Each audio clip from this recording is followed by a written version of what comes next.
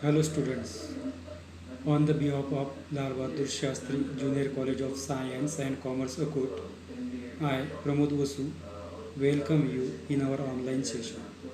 Students, all of you know that this year our English textbook means 12th standard English textbook is changed. Today we will see the first chapter from this textbook. Okay.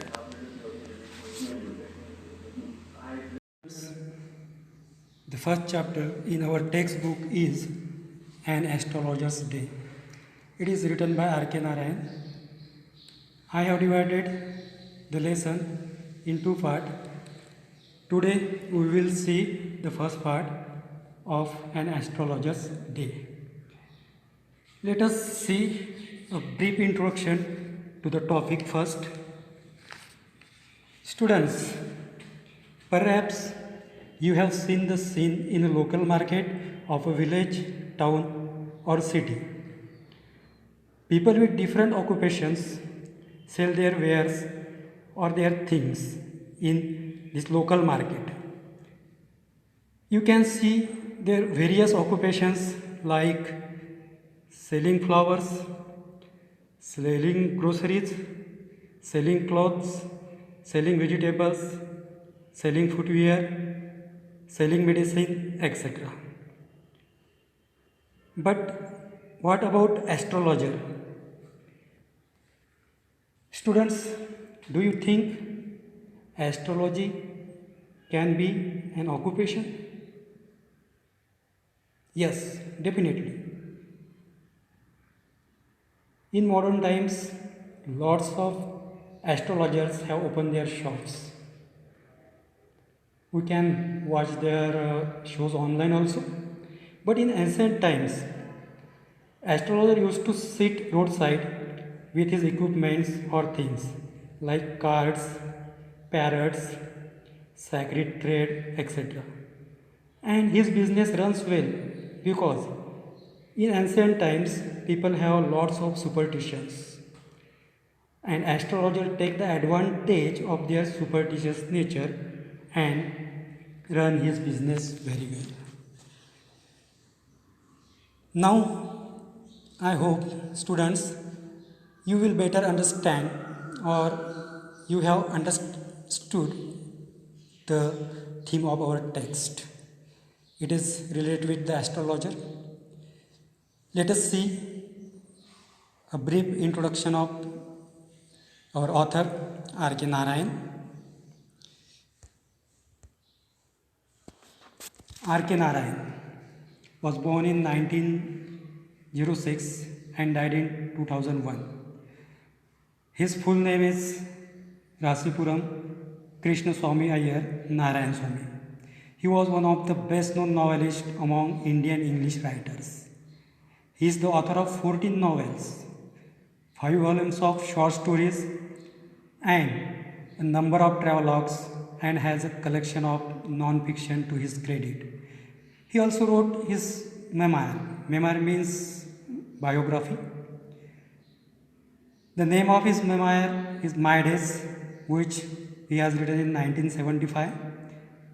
Narayan created the imaginary town of Malgudi, where realistic characters in a typically Indian setting lived amid unpredictable events. Unpredictable, जिसे हम predict नहीं कर सकते, जिसके बारे में हम कुछ भी पहले नहीं बता सकते, ऐसे इवेंट्स, ऐसी घटनाएं.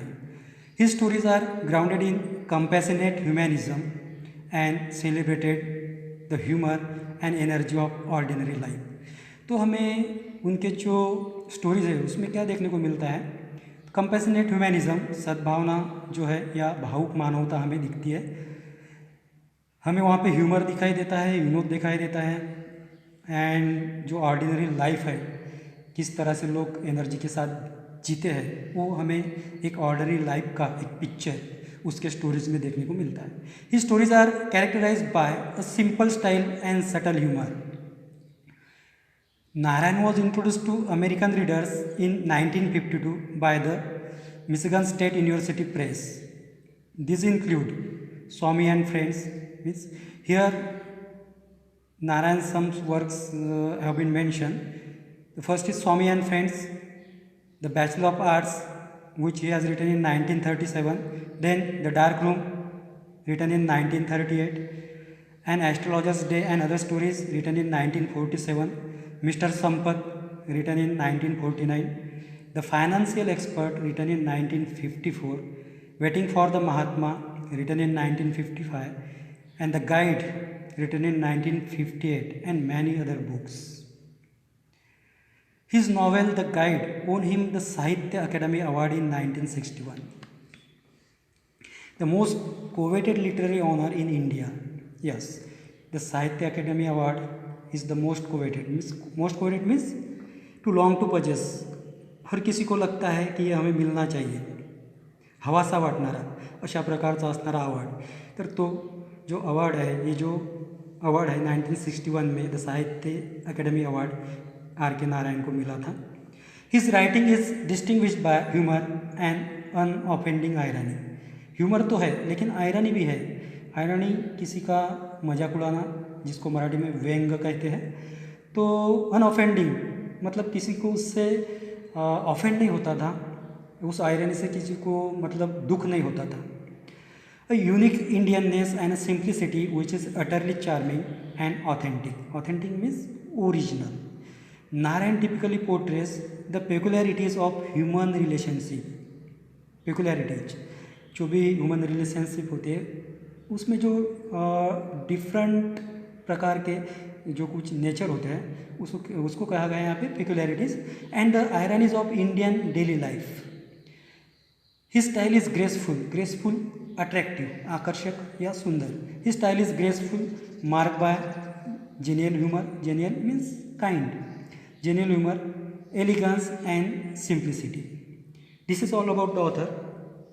Now, students, let us start our text and Astrologer's Day in detail. At the beginning of the text, the author said, punctually at midday, he opened his bag and spread out his professional equipments. Punctually means exactly on time. And what was the time?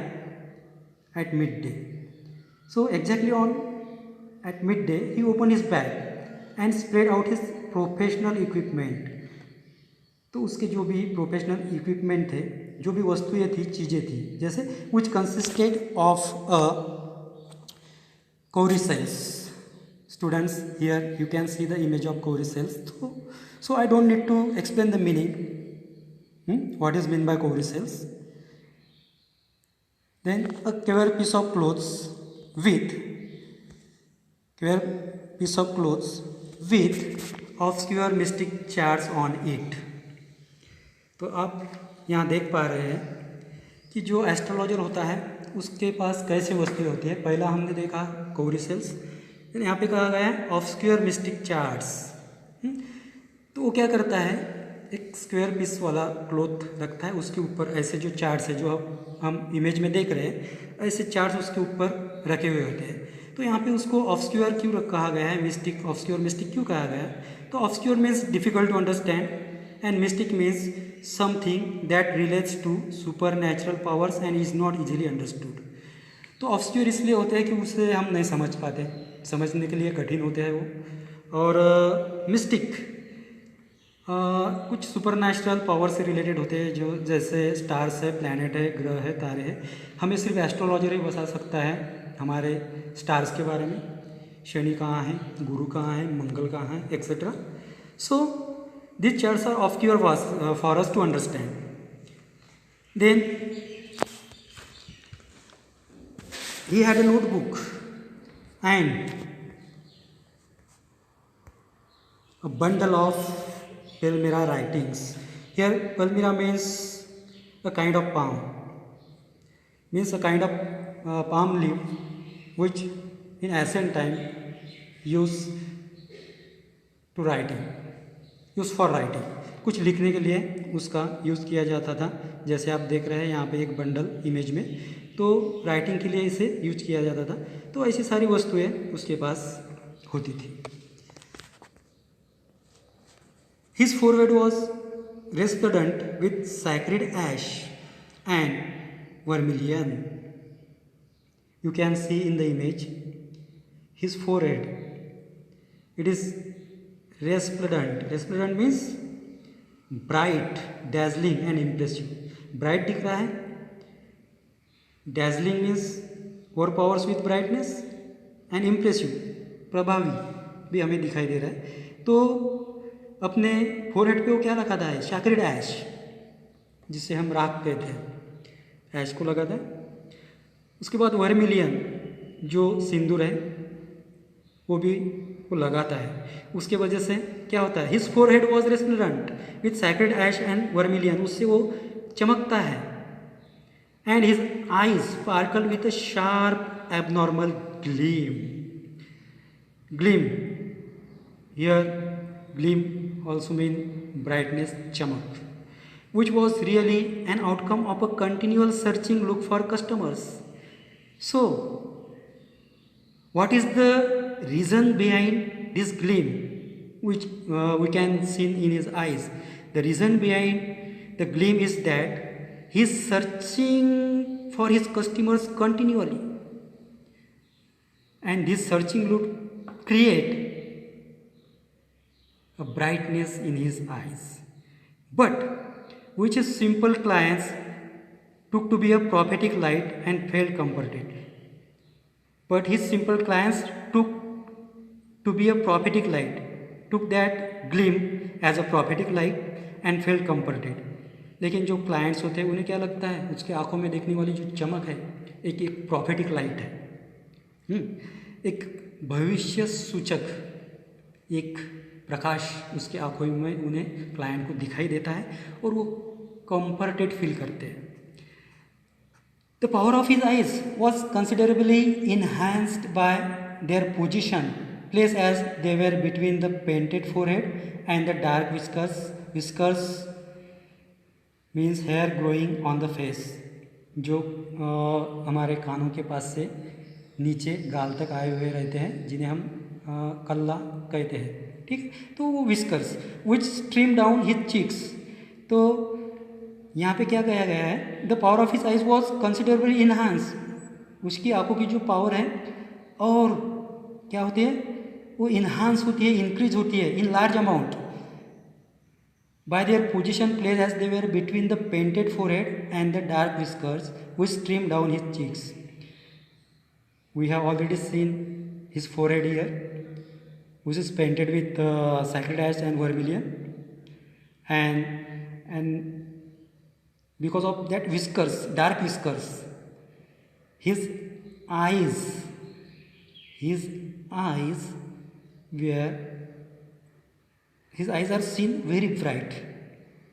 Okay, even a half-wit's eyes would sparkle in such a setting. Okay, to count the effect, he would own a saffron-colored turban around his head. saffron-colored turban, जो सर पे पहनते हैं, turban जिसे हम पगड़ी कहते हैं, फेटा एक्सेट्रा. तो saffron कलर की, केसरी कलर, saffron कलर टर्बन. तो उससे क्या होता है? To crown the effect he would saffron colour turban around his head. Effect देने के लिए और इफेक्ट निर्माण करने के लिए कि लोगों को अट्रैक्ट करने के लिए. All this setting is very useful to attract the people.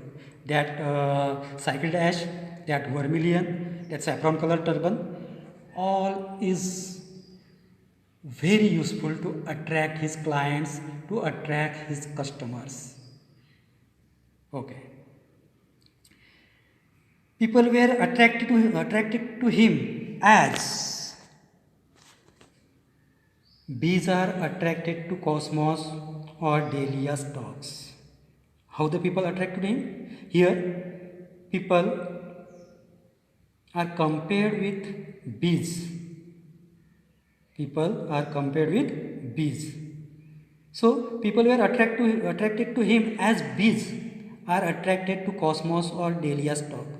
आप इमेज में देख पा रहे हो, तो ये कॉस्मॉस फ्लावर है और इन्हें डेलिया कहा जाता है. जिस तरह से हनी बी जो है इन फूलों की तरफ अट्रैक्ट होती है, उसी तरह जो लोग हैं इस एस्ट्रोलॉजर के तरफ अट्रैक्ट होते थे. He sat under the bough. Bough means here large branches. He sat under the boughs of a spreading tamarind tree which flanked a path running through the town hall far. Where did he used to sit? He used to sit under a spreading tamarind tree which flanked a path. Flank means covered up here. A path running through the town hall park. It was a remarkable place in many ways. The place was remarkable. The place was very important.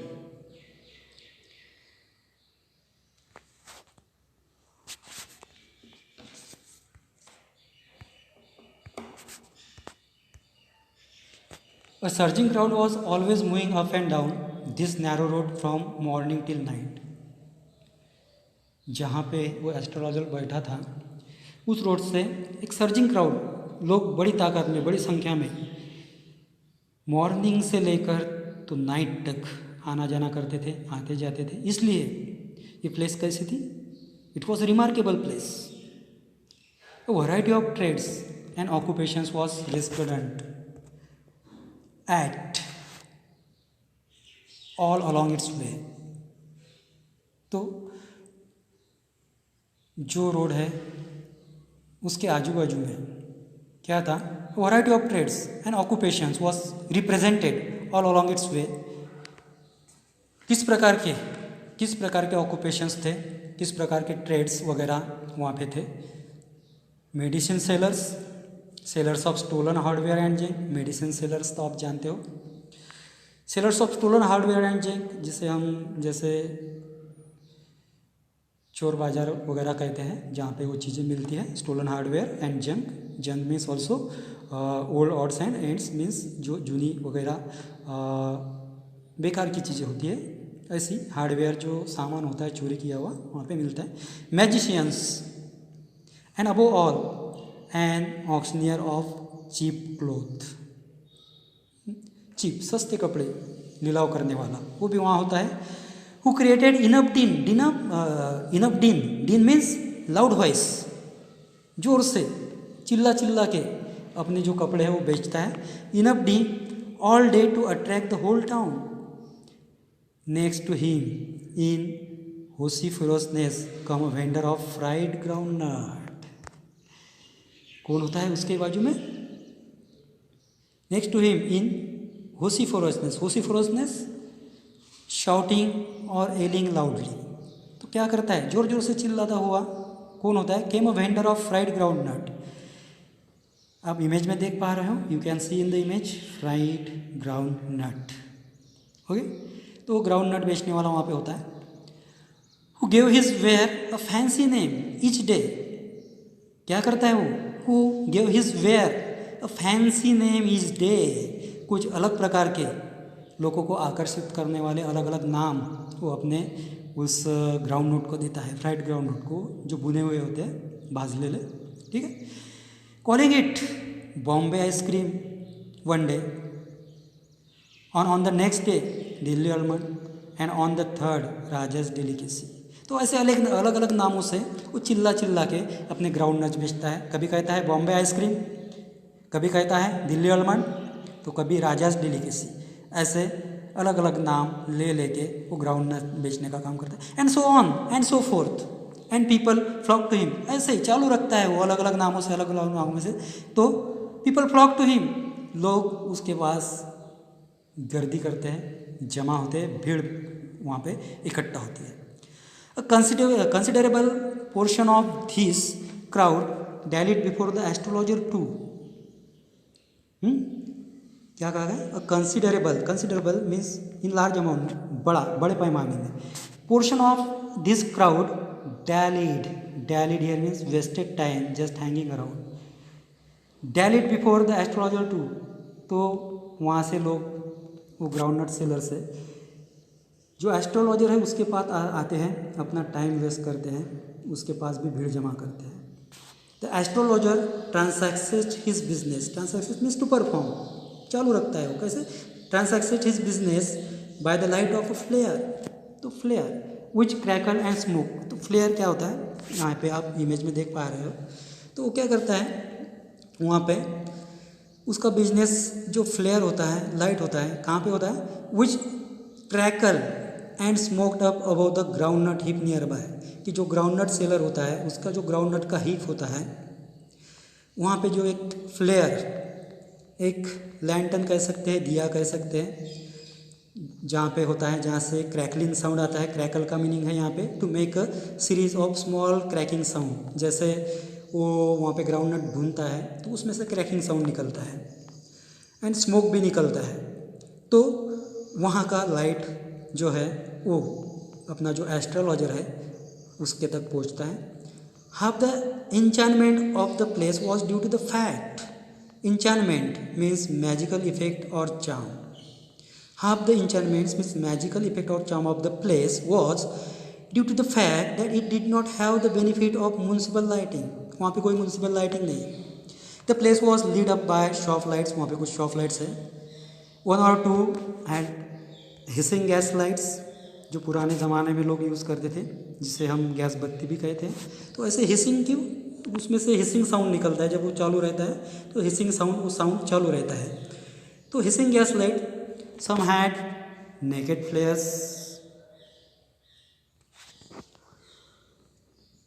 stuck on poles, some were lit up by old cycle lamps। जैसे आप यहाँ पे image में देख पा रहे हैं, फ्लेयर्स means लैंटर, कुछ पोल पे अटके हुए, कुछ नेकेड बोला गया है यहाँ पे, जैसे नेकेड मीन्स विदाउट ग्लास, जो बिना ग्लास के होते हैं। Some were lit up by old cycle lamps, जैसे यहाँ पे बाजू में देख पा रहे हो आप, एक साइकिल है, उसको एक इस तरह से लैम्प जो लगाया हुआ है। तो ऐसे लाइट्स पुराने ज़माने में, इन एसेंट टाइम्स, पुराने ज़माने में यूज़ किए जाते थे। And one or two like the astrologer manage without lights of their own. तो ऐसे कुछ लोग होते थे, एक या दो एस्ट्रोलॉजर के जैसे, जो खुद के लाइट के बगैर वहाँ पे मैनेज करते थे। खुद उनके पास खुद की कोई लाइट सिस्टम नहीं थी, दूसरों से जो लाइट मिलती है उसके ऊपर ही वो मैनेज करते थे। It was bewildering crisscross, bewildering means confusing और बैफलिंग, कन्फ्यूज करने वाली। Crisscross means to move in crosswise pattern, crisscross of light rays and moving shadows. So here we have already seen the various lights. Because of that various light there is a crisscross of light rays and moving shadows. तो क्या होता था, अलग अलग प्रकार के light हैं, वो ग्राउंड नट सेलर उसके पास वाला लाइट, कुछ जो साइकिल पे लोग जा रहे हैं उन्होंने अपने साइकिल पे इस तरह से लगाए हुए दिए, देन पुल पे अटके हुए लैंटर्न, ऐसे सारे लाइट्स की जो रेज है एक दूसरे को क्रॉस करती थी। वहाँ पे एक क्रिस क्रॉस उसका निर्माण हुआ था और लोगों की शैडोज भी वहाँ पे जो है वो गिर रही थी। तो ऐसा एक एटमॉस्फेयर वहाँ पे था, एक सीन वहाँ पे था। This suited the astrologers very well. और ये जो भी एटमॉस्फेयर क्रिएट हुआ था, all this atmosphere suited the astrologer very well for the simple reason that he had not in the least intended to be an astrologer. क्या कहा गया? He had not in the least intended to be an astrologer. Intended means not decided. उसका कोई हेतु नहीं था, उद्देश्य नहीं था एस्ट्रोलॉजर बनने का। When he began life, जैसे when he began life, he had not decided to be an astrologer. No. And he knew no more of what was going to happen to others than he knew what was going to happen to himself next time. क्या बात कही गई यहाँ पे? And he knew no more of what was going to happen to others than he knew what was going to happen to himself next minute. जैसे by chance वो astrologer बना था, उसको ये भी मालूम नहीं था कि नेक्स्ट मिनट उसके खुद के साथ क्या होने वाला है, तो दूसरों के साथ क्या होने वाला है एक वो कैसे बता पाएगा, ये यहाँ पे कहा गया है। He was as much as a stranger to the stars as were his innocent customers. Yes, he was as much as stranger to the stars as were his innocent customers.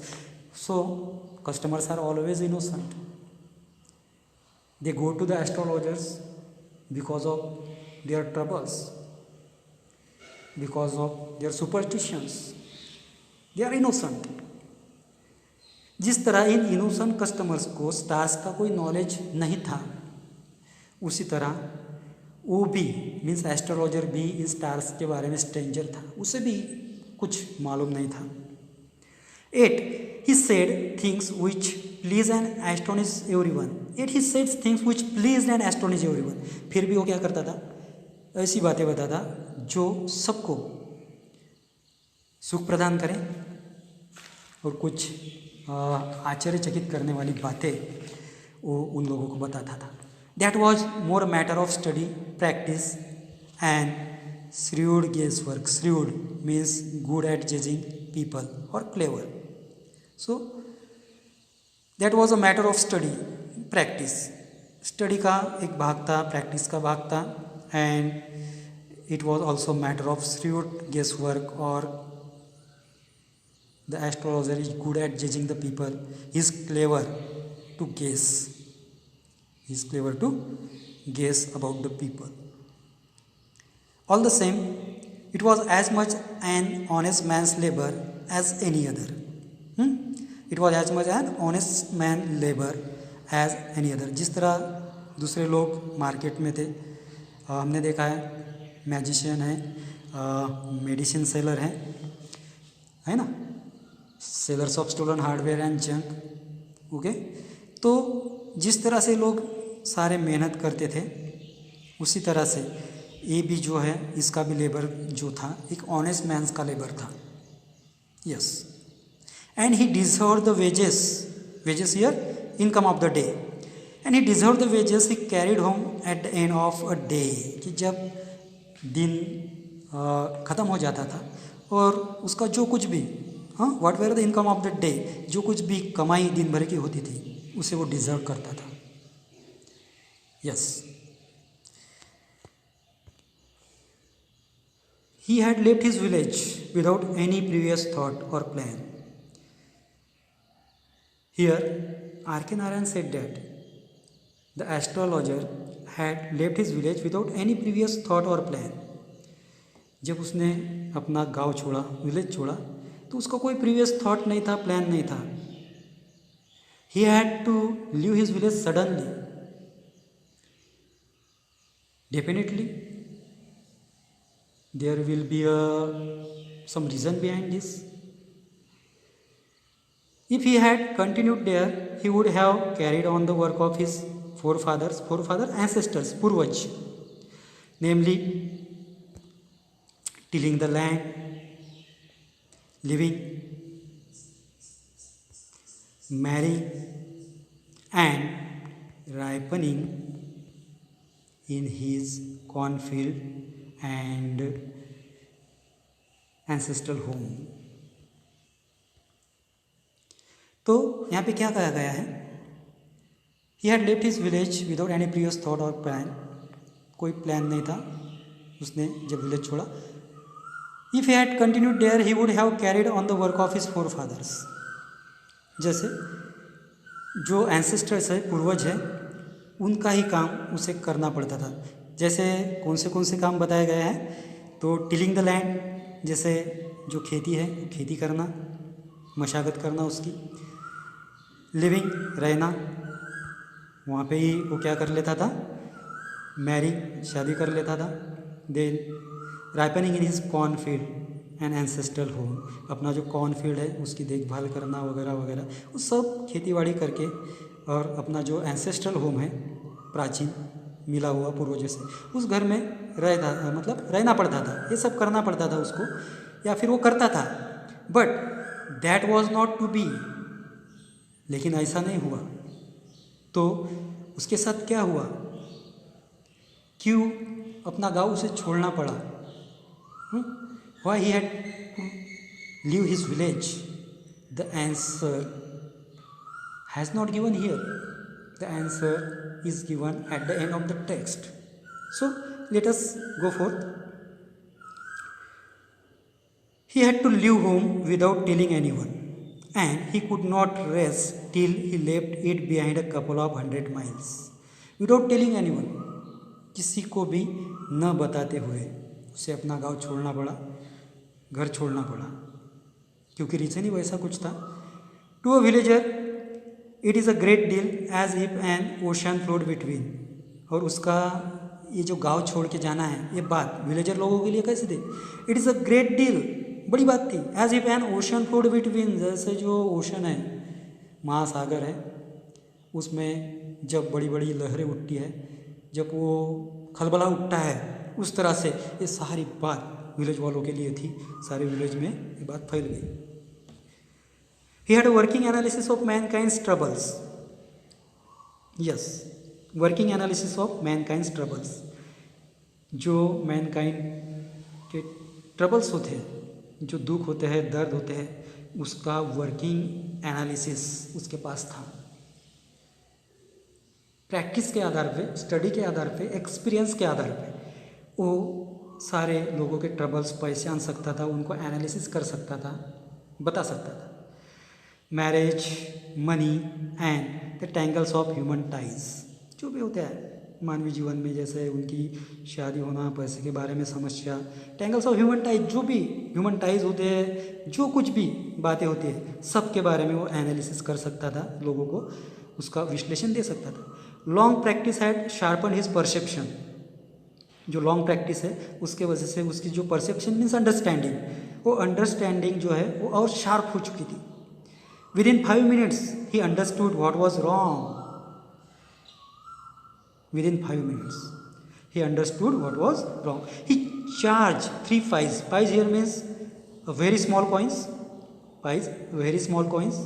He charged 3 pies per question. Yes.